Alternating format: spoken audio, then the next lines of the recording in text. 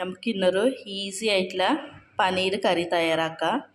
നമുക്ക് ബട്ടറോ അല്ലെങ്കിൽ യോഗോട്ടോ അല്ലെങ്കിൽ കാഷ്യൂനട്ടൊന്നും ഉപയോഗിക്കാതെ അതേ ടേസ്റ്റിൽ തന്നെ കിട്ടുന്ന രീതിയിൽ, കുറുകി കിട്ടുന്ന രീതിയിൽ ഒരു അടിപൊളി പനീർ കറി തയ്യാറാക്കാം.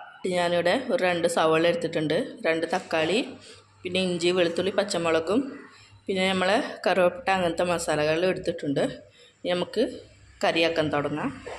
ഇതൊക്കെ ഉണ്ടെങ്കിൽ ഞാൻ കുറച്ച് പെരുംജീരകം പിന്നെ നമ്മളെ മസാല കൂട്ടിയിട്ട് എടുത്തിട്ടുണ്ട്. അതൊന്ന് ചെറുങ്ങനെ പൊട്ടി വരട്ടെ. എന്നിട്ട് നമുക്ക് ഇതിലേക്ക് സവാള ഇട്ട് കൊടുക്കാം. ഞാൻ ഇഞ്ചി വെളുത്തുള്ളി ഇട്ട് കൊടുത്തിട്ട് വരണ്ട് വന്നിട്ടുണ്ട്. ഇതൊക്കെ ഉണ്ടല്ലോ ഞാൻ ഇപ്പോൾ സവാള പൊടി ഇട്ട് കൊടുത്തിട്ടുണ്ട്. ഇനി നമുക്ക് ഇതിലേക്ക് ഉപ്പിട്ട് കൊടുക്കാം. ഞാൻ ഉപ്പിട്ട് കൊടുക്കുന്നുണ്ട്. നമുക്ക് ഇനി നന്നായിട്ട് സവാളയിലെ പച്ചപ്പൊക്കെ മാറുമ്പോൾ നമുക്ക് ഇതിലേക്ക് പൊടികൾ ചേർത്ത് കൊടുക്കാം. പൊടി ചേർത്ത് കൊടുക്കാം. മുളക് പൊടി, ഗരം മസാല ഇല്ല, നമ്മളെ മസാലേൻ്റെ പച്ചക്കുത്തെല്ലാം മാറിയിട്ടുണ്ട്. ഇനി നമുക്ക് ഇതിലേക്ക് തക്കാളി ഇട്ട് കൊടുക്കാം. ഞാനിപ്പോൾ തക്കാളി ഇട്ട് കൊടുത്തിട്ടുണ്ട്. ഇനി നമുക്ക് തക്കാളീൻ്റെ വെള്ളമെല്ലാം വറ്റിയിട്ട് എണ്ണ തെളിഞ്ഞ് വരട്ടെ. എന്നിട്ട് നമുക്ക് ഇതിലേക്ക് പനീർ ഇട്ട് കൊടുക്കാം. കണ്ടില്ലേ, നമ്മളെ തക്കാളീൻ്റെ വെള്ളമെല്ലാം വറ്റിയിട്ട് എണ്ണ തെളിഞ്ഞ് വന്നിട്ടുണ്ട്. ഇനി നമുക്കിതിലേക്ക് വെള്ളം ചേർത്ത് കൊടുക്കാം. വെള്ളം ഒഴിച്ചിട്ട് ഇപ്പോൾ നമ്മളെ കറി ചെറുങ്ങനെ തിളച്ച് വന്നിട്ടുണ്ട്. ചെറുങ്ങനെ തിളച്ചിട്ട് വറ്റി വന്നിട്ടുണ്ട്. നമുക്കിതിലേക്ക് പനീരിട്ട് കൊടുക്കാം. പനീരിട്ട് കൊടുത്തിട്ടുണ്ട്.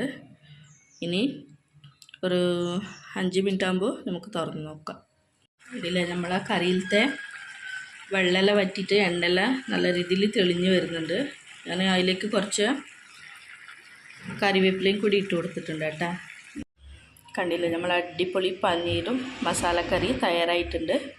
കണ്ടില്ലേ, കാഷ്യൂനട്ടും പിന്നെ നമ്മളെ ബട്ടറും യോഗോട്ടൊന്നും ഇടാതെ തന്നെ നല്ല കുറുകിയ രീതിയിൽ നമ്മൾ കറി റെഡി ആയിട്ടുണ്ട്. കണ്ടില്ലേ, നമ്മുടെ അടിപൊളി പനീർ മസാല കറി റെഡി ആയിട്ടുണ്ട് കേട്ടോ. ഇതിൻ്റെ മുകളിലേക്ക് കുറച്ച് മല്ലിയിലയും കൂടി ഞാനിപ്പോൾ ഇട്ട് കൊടുക്കുന്നുണ്ട്.